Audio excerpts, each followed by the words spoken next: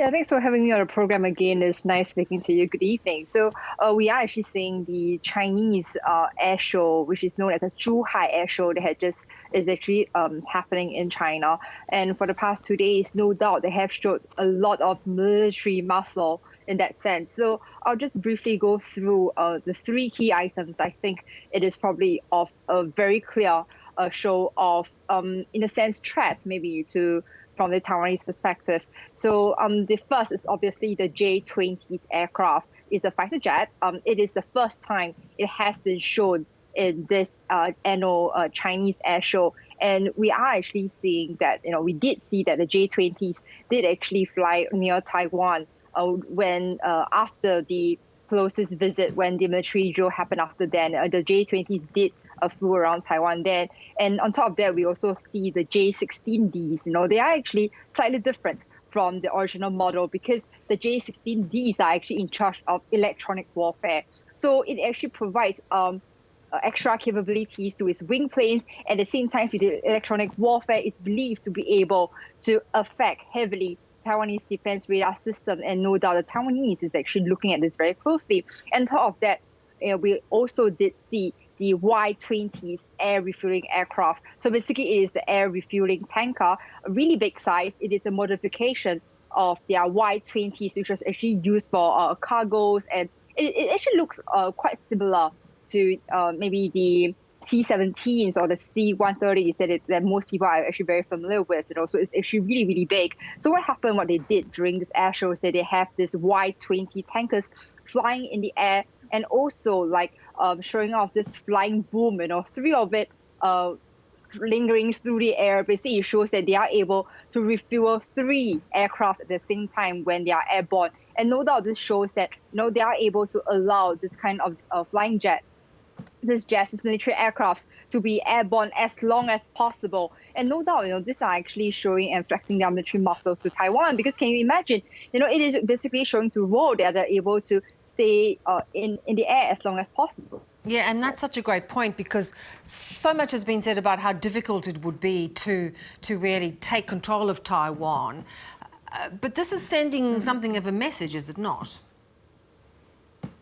Yes, indeed. I mean, no doubt it is quite widely reported about this China air show in Taiwan, even though there's limited Taiwanese media able to cover the air show. My station is actually the only one that was able to travel there because due to the zero COVID policy, can you imagine it was so difficult to basically travel to China. We sent our Beijing correspondent to cover it, but before even traveling there has also been a lot of hassle. Even leaving Beijing, leaving her own neighborhood is actually proven quite tough.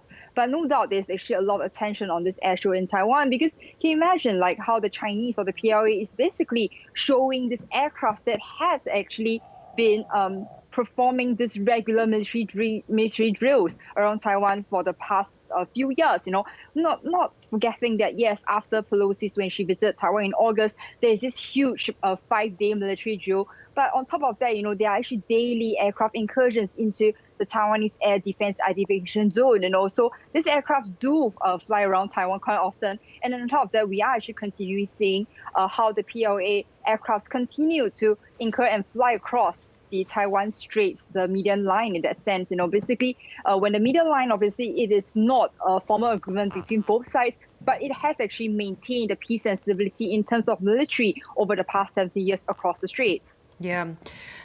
What was your thinking about some of the drone hardware that was on display? Is that another form of military that they can deploy in its campaign to sort of spy and watch Taiwan to try and push them and cajole them to, as they see them, reunify with mainland China? Yes, we actually have been seeing the increase of drone activities around Taiwan, especially after August. And in the past, when we talk about drone competition between the cross-straits, when we're talking about the PLA versus the Taiwanese armed defense force in that sense, no doubt the PLA has actually better capabilities because they have been actively pursuing and developing their drone capabilities, let me correct that.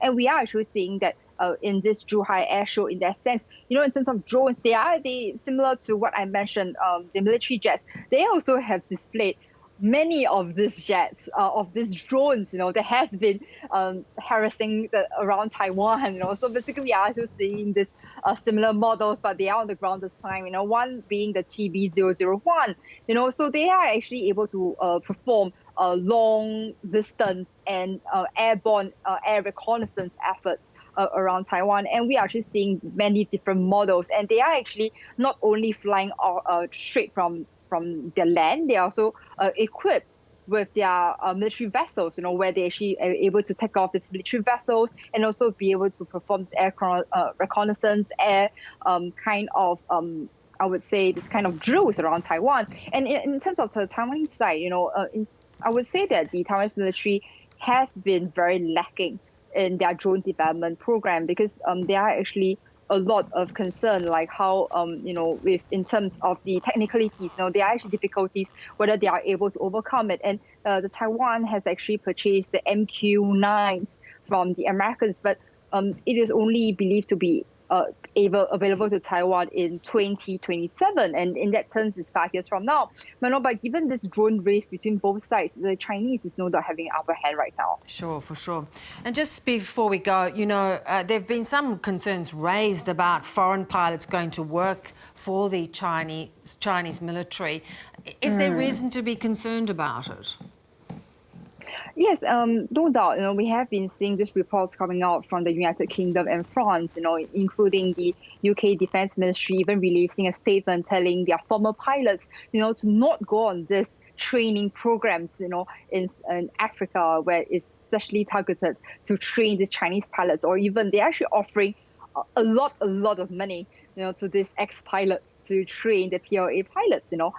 It is actually nothing new from the Chinese side, you know, because if they want to be able to have this know-how or have this special people train their own people in that sense, you know, they are willing to pay big bucks for it, you know. And we have actually seen that not only in the military sense, you know, in terms of let's say technology, in terms of and basically many other sectors, you know, they are willing to pay really a lot of money for that, you know. But this is no doubt a great concern, not only for Taiwan, but I would say for the world, because let's say with the fact that they are trying to hire former French pilots in that sense, you know, what they are trying to learn from the French is the capabilities to be able to take off from the aircraft carrier. It's not that they are not able to do it.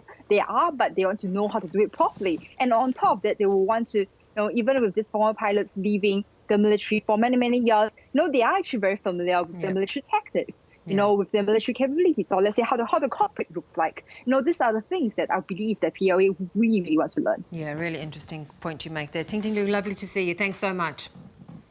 Thank you so much.